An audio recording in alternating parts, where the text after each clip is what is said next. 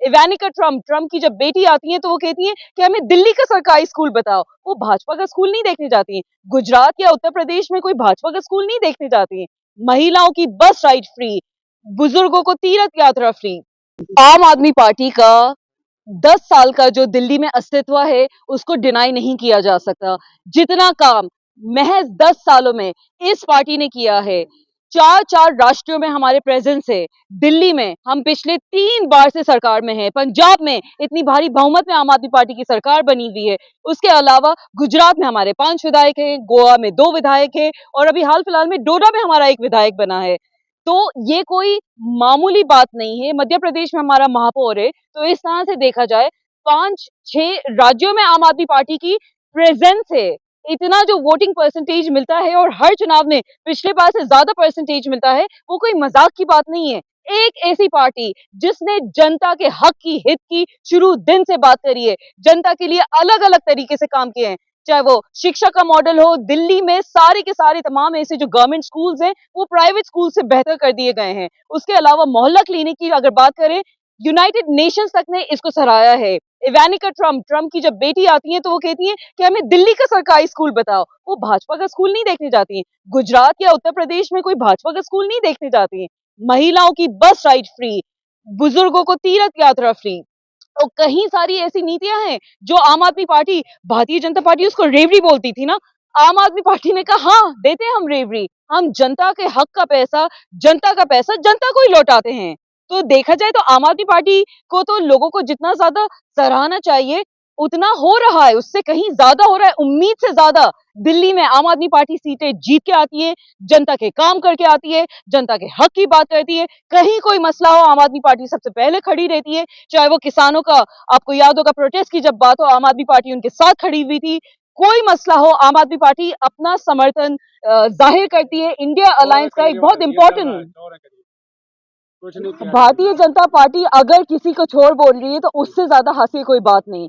मोदी जी से बड़ा चोर अंबानी जी और अडानी जी का जो इन्होंने सपोर्ट किया है, ये जो मोदी अडानी का जो एक समर्थन है, ये जो मोदी अंबानी का एक जो मिश्रण है, अपने पूंजीपतियों को किस तरह से बढ़ाना है, एयरपोर्ट से लेके सी पोर्ट और तमाम जो देश की संपत्ति है उसको बेच चुका है भाजपा। आम आदमी party on the other hand सिर्फ और सिर्फ जनता के लिए ग्राउंड लेवल पे काम करती है, खड़े रहती है। वो भाजपा को क्या हक है किसी को चोर कहने का, जबकि उनसे बड़ी चोरी इस मुल्क में किसी ने नहीं की है। अडानी के जो इतने बड़े बड़े घोटाले सामने आ रहे हैं, जिसकी पार्लियामेंट में अगर हमारे सांसद बात करते हैं तो आप उनको जेल में डाल देते हो, अगर उनके खिलाफ कोई बोलने की कोशिश करता है तो उनके ऊपर आप केस चला देते हो। एक चौथी पास राजा समझता क्या है अपने आप को, जो इस बुरी तरीके से सारी की सारी ऑपोजिशन को दबा देना चाहता है। चुनाव के ऐसे अहम टाइम पे जहाँ पे जनता के काम की बात होनी चाहिए थी, आप लोग के पास कोई ना, तो आपके पास आपका दूल्हा कौन होगा, आपका सीएम फेस कौन होगा दिल्ली में, आपके पास कोई जवाब नहीं है। आपका मैनिफेस्टो क्या है? आपका और बिजली के बढ़े हुए बिल भी दे रही है आम आदमी पार्टी जनता को और लगातार। हरियाणा में आपने बिजली के बिल देखे, उत्तर प्रदेश में देखे, गुजरात में देखे, जहां जहां पे भाजपा की सरकार है वहां पे इतने महंगे बिजली के बिल है और बिजली चोरी करके किस तरीके से भाजपा अन्य राज्यों में लोगों को, जो सरकारें हैं उनको कहीं ना कहीं डरा के धमका के रखती है, उसका भी मंजर हमारे सामने आया था। किस तरीके से बिजली चोरी का जो पूरा का पूरा करप्शन है, कई सारी प्रेस कॉन्फ्रेंस करके उसको दिखाया गया, बताया गया। माधवी बुच के साथ मिलके इतना बड़ा करप्शन हुआ, शेल कंपनीज बनी हुई है बाकायदा से हिंदुस्तान के बाहर, वो करप्शन कांग्रेस सामने लेके आई। जो अयोध्या मंदिर बन रहा था और राम मंदिर में जितना करोड़ों करोड़ों का करप्शन हुआ है, किस तरीके से जमीन को कितना महंगा खरीदा और बेचा गया है, वो तमाम करप्शन संजय सिंह जी ने एक्सपोज किया था। क्या हुआ उसका? एक के बाद एक करप्शन। तो बीजेपी भी कर रही है आपका शीश महल। बीजेपी के पास जितनी सारी, अगर मोदी जी शीश महल की बात करते हैं तो वो ये भी बात कर ले कि पीएम हाउस जो इतना करोड़ों का बना हुआ है, उसकी कहां से उनके पास बजट आया, कहां से अप्रूवल आया।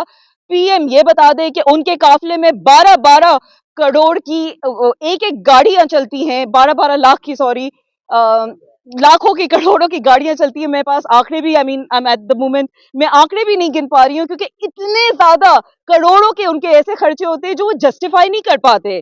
10 लाख के सूट पहनते हैं मोदी जी, 5 लाख का चश्मा पहनते हैं, उनकी एक पेन 2.5 लाख की है। मतलब आप सोचिए कि एक शख्स जो अपने आप को फकीर हूँ, झोला उठा के चल पड़ूंगा, इस तरह के बयान देते थे। आज उनसे ज्यादा अमीर प्रधानमंत्री शायद दुनिया में कोई नहीं होगा, वो बात करेंगे करप्शन की। मोदी जी केजरीवाल तो है क्या? मोदी जी भी करोड़ों की गाड़ी में चलते हैं, केजरीवाल भी शीश महल में रहते हैं। केजरीवाल जी शीश महल में पहली बात नहीं रह रहे, उनको तो शीश महल, सो कॉल शीश महल जिसको आप लोग शीश महल कह रहे हैं, उसमें एक तो झूठ परोसा गया। गए थे ना हमारे मंत्री, गए थे संजय सिंह जी, गए थे सौरभ भारद्वाज जी, के दिखा दे हमें कहाँ है वो लाखों का टॉयलेट सीट, कहाँ है वो लाखों का स्विमिंग पूल, हम भी जरा देख ले, जनता को, मीडिया को बता दे। आप लोग सब मीडिया वाले वहां पे गए थे, रोका गया था ना आपको, जाने दिया गया था? नहीं जाने दिया गया था। और वहीं हम पीएम हाउस भी जाना चाहते थे कि वहां पे जितनी महंगाई से, जितनी करोड़ों की जो वहां पे प्रॉपर्टी बनाई गई है, करोड़ों का खर्चा किया गया है, वो भी दिखा दे। नहीं दिखाया गया। क्यों नहीं दिखाया गया? मोदी जी क्या वो अपने घर से बंगला लेके आए या घर से पीएम हाउस उन्होंने बनवाया है? जनता का, आपका और हमारा पैसे से बनाए, वो टैक्स पेयर्स का पैसा लगा हुआ है उसमें। आप और हम जो मेहनत से टैक्स भरते हैं, हमारी वजह से पीएम का करोड़ों का इस तरह का बंगला बना हुआ है। कितने करोड़ों का तो सिर्फ उनका प्राइवेट जेट है, कितने करोड़ों का उनका। के बाद क्या आपने रमेश बिजड़ी तो कह तो रहे सीएम का चेहरा बनाया जाए, वो दूल्हा नहीं है। ये बात क्या ऑफिशियल उनके रिकॉर्ड्स पे आई है? आप लोग नहीं, अगर ऑफिशियल रिकॉर्ड पे आई है तो कहे, कहे कि रमेश भिदोरी जो एक महिला विरोधी है, रमेश भिदोरी जो मुसलमान विरोधी है, रमेश भिदोरी जो इतना बदतमीज इंसान है कि उसने प्रियंका गांधी जी और आतिशी जी के लिए क्या बदतमीजी के बयान नहीं दिए, उस रमेश भिदोरी को अगर आप दिल्ली का सीएम बना रहे हो, तो कहां महिला सुरक्षित रह सकती है दिल्ली में? जरा सा भी रह सकती है? नहीं रह सकती। सरकार आने वाली है दिल्ली में। जी, महिला अपमान तो केजरीवाल ने भी किया है। कहाँ किया? महिला महिला क्या बता दिया? महिला सम्मान। सीएम अतीश को कह दिया कि ऐसे बना दिया मुख्यमंत्री एक्सीडेंटल। मेरा ख्याल से ये एक्सीडेंटल खेलना ना सिर्फ भाजपा को आता है। आतिशी जी के लिए उन्होंने उनके फादर तक को नहीं छोड़ा, उनके फादर के ऊपर तक बात ला दी। मतलब इतने बदतमीज है ये लोग, मुसलमानों को विरोध करना जानते हैं। दानिश अली जी के साथ आपको याद है इन्होंने कितने घटिया अल्फाज यूज किए थे, महिलाओं के लिए कितने घटिया अल्फाज यूज करते हैं। अगर वो सीएम फेस बनने वाले हैं दिल्ली का, तो मेरा ख्याल से दिल्ली की जनता का काम आसान कर दिया उन्होंने बता के कि हम तो महिला विरोधी हैं, हम माइनॉरिटी विरोधी हैं, हम दलित विरोधी हैं, हम तमाम के तमाम ऐसे काम करेंगे जिसमें सिर्फ और सिर्फ हमारे पूंजीपतियों की जेब भरेगी, जनता का कोई काम नहीं करेंगे हम। बिजली, पानी, सड़क की आप हमसे कोई उम्मीद नहीं करना, ये है भाजपा की मंशा। आतंकवादी बोल दिया तो क्या बुरा किया? किसको? आतंकवादी को अगर आतंकवादी बोल दिया तो क्या बुरा किया?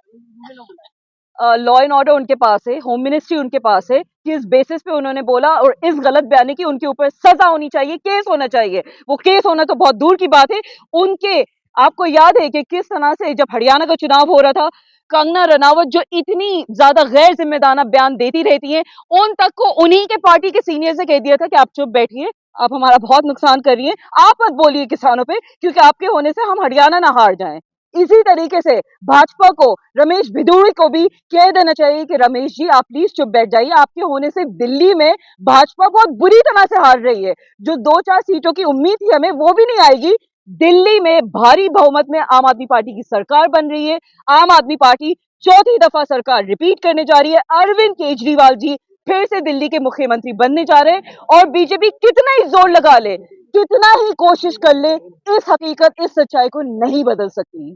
तो सुरक्षित है नहीं आम आदमी पार्टी के शासनकाल में, तो कैसे सरकार आएगी? ओपन चैलेंज है दिल्ली सरकार का कि किसी सरकारी स्कूल में आप जाके देख लें, किसी सरकारी स्कूल का आप दौरा कर ले, किसी सरकारी स्कूल की आप हालत देख ले, आपको सिर्फ और सिर्फ अच्छी व्यवस्था मिलेगी, अच्छी शिक्षा मिलेगी। ये नेगेटिव प्रोपोगेंडा आम आदमी पार्टी के खिलाफ तो भाजपा शुरू से करती आ रही है, कोई इसमें हैरत अंगेज बात नहीं है, कोई नई बात नहीं है। का सामना नहीं कर पा रहे आप। सच का सामना भाजपा नहीं कर पा रही। जैसे भाजपा करती है वही काम आप कर रहे हैं। भाजपा जो काम करती है अगर हम करते तो हमारे पास भाजपा जितने पैसे होते, हमारे पास भाजपा जितनी एजेंसीज होती, सीबीआई, ईडी, कोर्ट्स, जजेस, तमाम चीजें हमारे पास होती। घोटाला में कमाया तो है पैसा, वही लगा रहे। प्रूफ हुआ? हमारा संविधान कहता है innocent until proven guilty. Guilty साबित हुआ नहीं है, ट्रायल आप चला नहीं रहे हैं। 2-2 साल से हमारे लीडर्स को, नेशनल लीडर्स को बंद करके रखा हुआ था आपने। किसके खिलाफ साबित हुई? मनी ट्रेल इस्टेब्लिश करके बताइए, साबित करके बताइए कि घोटाला हुआ है। आपके कहने से घोटाला नहीं हो जाता है। जबकि दूसरी हो, चाहे कांग्रेस पार्टी हो, चाहे आम आदमी पार्टी हो, चाहे समाजवादी पार्टी हो, तमाम ऐसे ऑपोजिशन लीडर्स है जिन्होंने भाजपा के खिलाफ time and again cases prove करके बताया कि कहां कहां घोटाला हुआ है। लेकिन उसमें कहीं कोई एक्शन नहीं लिया गया, कहीं कोई बात नहीं रखी गई, कहीं उस चीज की तुलना मीडिया ने भी नहीं करी, क्योंकि मेन स्ट्रीम मीडिया कहीं ना कहीं हम सब जानते हैं कि गोदी मीडिया बना हुआ है, बिका हुआ है, सच्चाई और हक की बात नहीं करेगा। राहुल गांधी ने आप लोग का लंदन पेरिस उजागर किया ना, देखिए उनके चैनल पे दिखा रहे हैं, ये है लंदन पेरिस, नाले दिखा रहे हैं, सफाई नहीं है दिल्ली में। देखिए, राहुल गांधी जी एक बहुत ही सीरियस नेता हैं, लीडर ऑफ ऑपोजिशन है। इंडिया अलायंस होने के नाते हम सब उनकी बखूबी इज्जत करते हैं, उनकी बातों को सर आंखों पे भी रखते हैं। लेकिन कहीं ना कहीं दिल्ली में आम आदमी पार्टी का अस्तित्व इतना स्ट्रांग है कि हमें ममता दीदी ने भी सपोर्ट दिया है, हमें अखिलेश भैया ने सपोर्ट दिया है। रोहिंग्या को बता के दिल्ली का चुनाव जीतना चाहते हैं भाजपा अच्छा, मुझे एक बात बताइए, रोहिंग्या दिल्ली में कौन से रास्ते से आते हैं? दिल्ली बांग्लादेश बॉर्डर पे लगता है क्या? या बांग्लादेश के बॉर्डर पे कहीं पे अगर दिल्ली का कोई इस तरह से सुरंग निकल रही हो, रास्ता निकल रहा हो, तो आप बोल दीजिए कि हम लेके आते हैं। लॉ एंड ऑर्डर किसके पास? भाजपा के पास। सिक्योरिटी किसके पास? भाजपा के पास। तो अगर रोहिंग्या दिल्ली आ रहे हैं तो इसमें तो फेलियर भाजपा की सिक्योरिटी का है, क्योंकि लॉ एंड ऑर्डर और सिक्योरिटी भाजपा के अंडर आती है। लॉ एंड ऑर्डर और सिक्योरिटी जो होम मिनिस्ट्री है उसके अंडर आती है। अमित शाह जी से ये सवाल पूछना चाहिए कि ये रोहिंग्यास कैसे आके बसाए गए। और आपको याद होगा कि मोदी जी, अमित शाह जी, इन लोग ने फेवर में बोला था। आपको याद होगा किसी जमाने में बोला था इन्होंने कि हमें बसाना है, हमें रोहिंग्यास की मदद करना है। और आज आपको लगता है कि वही रोहिंग्यास अगर वोट बैंक बन चुके हैं तो केजरीवाल जी पे बोल दो कि वो लेके आ रहे हैं। अरे, केजरीवाल जी के पास दिल्ली की लॉ एंड ऑर्डर सिक्योरिटी नहीं है। सिंगापुर बना देंगे, दिल्ली को झीलों का शहर बना के रख दिया है, क्या कहना दिल्ली में काम नहीं हुआ, दिल्ली में शिक्षा, सड़क, पानी, बिजली का काम नहीं हुआ। एक राज्य है जो 200 यूनिट बिजली फ्री देता है। एक राज्य है जो 200 यूनिट के बाद जब बिजली का बिल आता है वो भी सब्सिडाइज रेट्स पे आता है। एक राज्य है जहां पे सड़क भी बनती है, जहां पे लोगों को फ्री शिक्षा, स्वास्थ्य मिलता है। मोहल्ला क्लिनिक में जरा जरा के कदम कदम पे एक मोहल्ला क्लिनिक आपको मिल जाएगा, जहां पे फ्री का इलाज हो रहा होता है, फ्री का टेस्ट हो रहा होता है, फ्री की दवाएं मिल रही होती हैं। महिलाओं की बस राइड फ्री के, ये जो सपना था, ये कब से हकीकत में तब्दील होकर लोगों के सामने है। जनता क्यों आम आदमी पार्टी को वोट नहीं देगी? मोहल्ला क्लिनिक में पैरासीटामॉल की सिर्फ गोलियां मिलती हैं। और आप जो बसों की बात कर रहे हैं, जो उसमें पायलट थे वो सड़कों पे संघर्ष कर रहे हैं।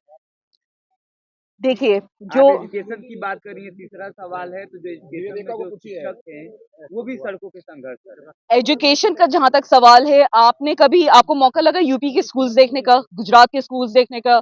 आपको याद होगा जब ट्रंप आ रहे थे तो बकायदा से एक फेक स्कूल बना के बता दिया गया कि नहीं नहीं, हमारे यहाँ भी स्कूल्स है। पता चला कि वो तो बकायदा से सिर्फ दिखाने के लिए बनाया गया है। कोई गुजरात का सरकारी स्कूल इस लायक नहीं था कि ट्रंप को लाके दिखाया जा सके। उत्तर प्रदेश के स्कूल्स में बकायदा से गाय, भैंस, बकरियां पल रही होती हैं, बंधी भी मिलती हैं। वुमेन, जो महिलाओं के लिए, बच्चियों के लिए टॉयलेट्स हैं, उसमें दरवाजे तक नहीं होते। आपने कभी जी केजरीवाल जी कहते थे कि हम कट्टर ईमानदार जी हैं, बिल्कुल बाकी सब चोर हैं। जी। आपकी पूरी कैबिनेट जेल चली गई, खुद सीएम साहब जेल गए थे। आपके जो वादे थे ईमानदारी के, वो कहाँ गए?